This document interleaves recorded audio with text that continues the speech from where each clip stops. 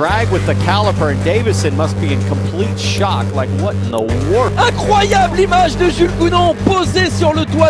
Oh, mayhem! In just a second. Yeah, there's oil down there. Something's down. We must have at least. Again, guys. Don't know what's happened here. Session because it represents track conditions. Oh, it's a dog on the track again. I don't know if it was a dog or a cat. He's heading for the barrier, though. That's a well-trained dog. Absolutely. Lovely. Well, he's not a well-trained dog, so he shouldn't have been in there in the first place. But yes, okay, I see your point. He's trying to make the best of a bad job, is what you mean, yes. Yes, okay, you're right. He's a very naughty dog. Who let the dogs out? You absolutely have to offer them treats if you want to get them off the track quickly. How is the training of the Labrador going? My wife's in charge of that. She's, he's coming along. If I had known that dogs were allowed, I would have brought mine. But he's in quarantine, so it wouldn't work out. Oh, that's how he does it. Look. So he gets It's out. a secret way in and out. Bien attention à l'intérieur. Et ça se touche, et l'accrochage. Et une voiture. Incroyable image de Jules Gounon posée sur le toit de Geoffrey de Narda. Et Jules Gounon qui va perdre gros au championnat cette année. Une image absolument incroyable et insolite. Ah, cette image, elle va faire le tour des...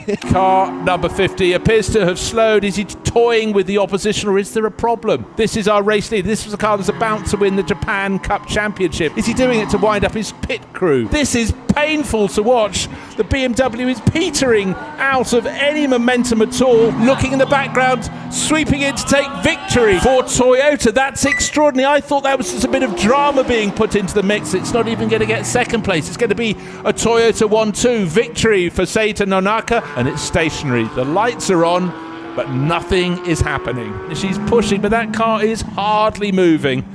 Oh, how cruel is that?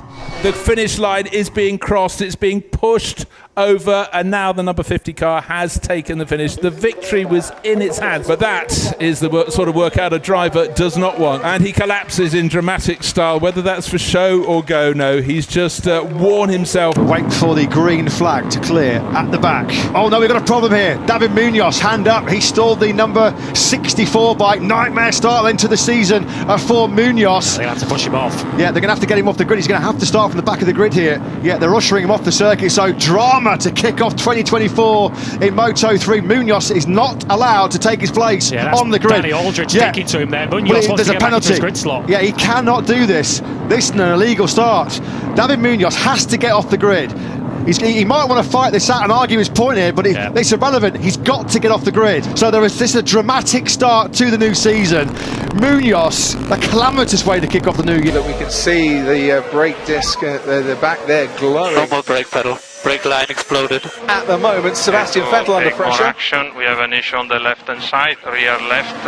And Sebastian Vettel under pressure from George Russell, who wanted to get racing with the Ferraris. Oh, and Sebastian Vettel locks up, goes straight through the polystyrene blocks. And one would imagine that issue is contributing to the way that he couldn't treat those blocks as a chicane. The brakes failed.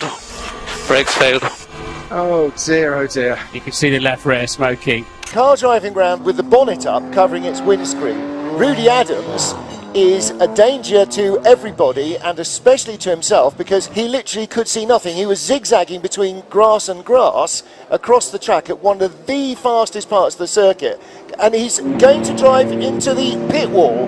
He drives straight into the end of the pit wall because he couldn't see where he was going, and now the car is jammed in the barriers to protect the end of the pit wall. What have you done? And the other half now can't stop themselves laughing in their fatigue. He flat-spotted his right front tyre and his car is suffering severe vibration. McLaren have two choices. Change the tyre and hand the victory to Alonso, or try and make it to the finish. Kimi can see the problem with his tyre, but it's the final lap.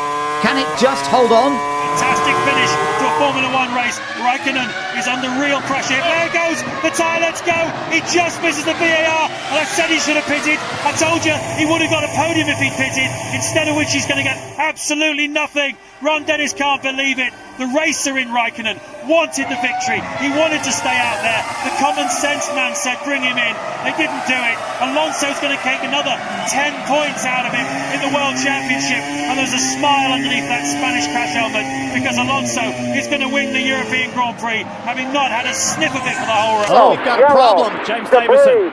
Right front. Yeah, he's hit the wall. It looks like and the brake is on fire. Oh my gosh, the whole wheel is broken apart. So, Paul, I wonder if it started with rotor temperature. You can see the brake rotor. Well, I have never seen anything like that Maybe before. something stuck in there generated so much rotor temperature. Oh, and then it exploded right there, the wheel. So something horribly wrong with the rotor and drag with the caliper, and Davison must be in complete shock. Like, what in the world just happened? Wow, that is wild. I've never, ever seen. I don't know why he just doesn't stop. Well, if you can get to pit lane and they can figure out how to get that wheel off, Paul, I'm sure, now the whole car's going to light up.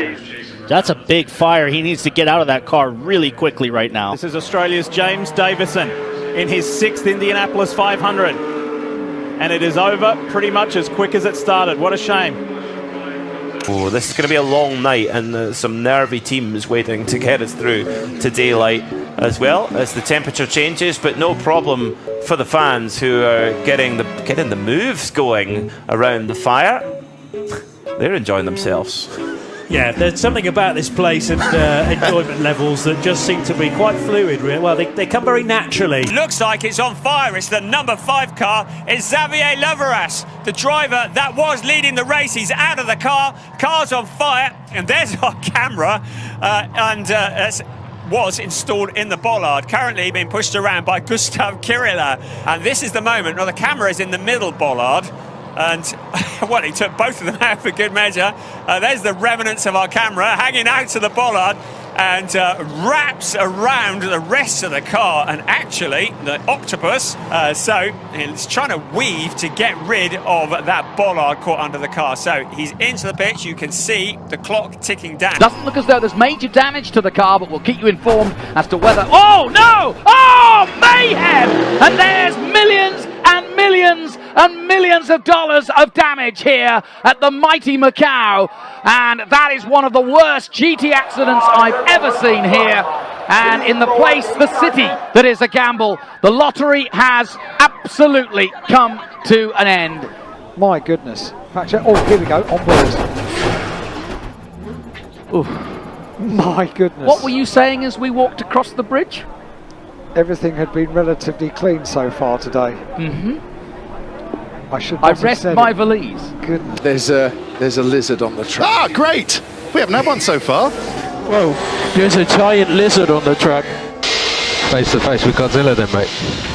Yeah. So we are told the track is clear, but just have a look for the lizard.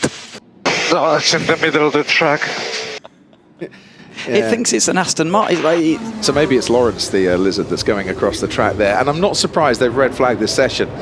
They are a protected animal. With that in mind, and also the fact that Lawrence doesn't want to go anywhere that's not on the track at the moment, I actually think this is a really sensible decision. Lawrence is rapid. Catch the lizard, catch Lawrence the lizard. Is very smart. Look at the pace of that. It's a drag race. Marshall against Lizard. Daniel Ricciardo's smiling, and I'm not surprised. This I've never seen before. Marshall chasing. Radio check, Sebastian. Radio check.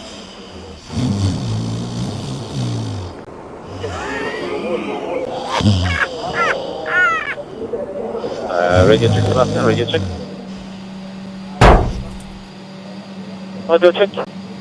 Back live in Monte Carlo on lap 51, and the man who was in second place, Kimi Raikkonen, is pulling off the racetrack, and now Raikkonen is out of this Grand Prix when he was looking set for certainly a chance to win it at one point. And it looks like yet another mechanical failure and a long walk back through the tunnel. That's a good 20 to 25 minutes to the paddock from there. Plenty of time to have some thoughts about what you do about this situation. Ted Kravitz. And there's a forlorn Kimi Raikkonen still trying to find his way back. It's a very lonely Kimi Raikkonen who makes his way back. He's walking slowly. He's not in any great hurry to get back and face the team. Definitely a chance of a win here this afternoon.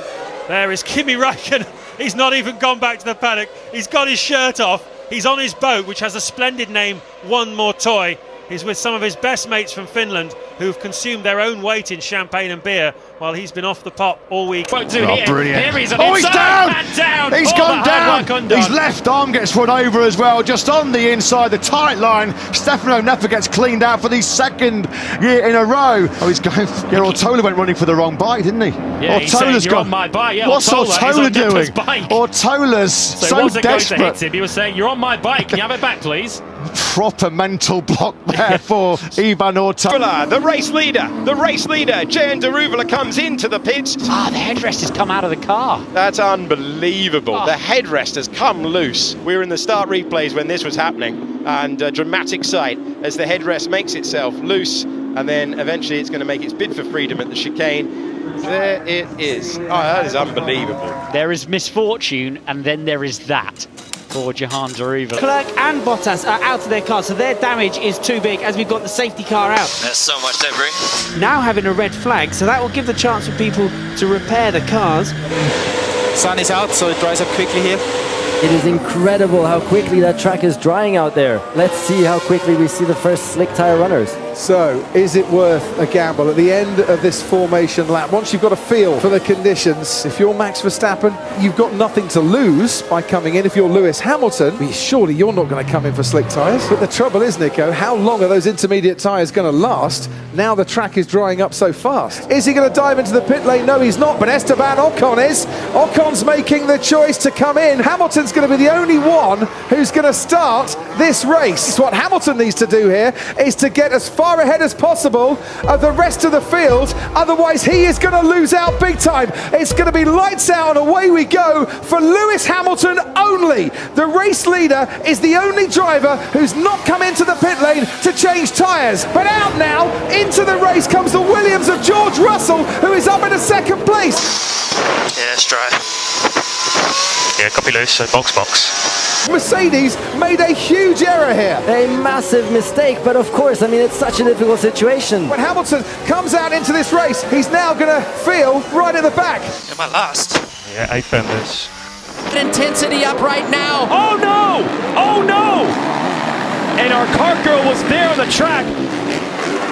And that slowed Webb up. Not as bad as it could have been. Replay of the crash at the start. Oh, there you go. Oh, there you go. There you go. That's it. Yeah, well, we thought it might be Cornfault. Yeah, he's had a look down.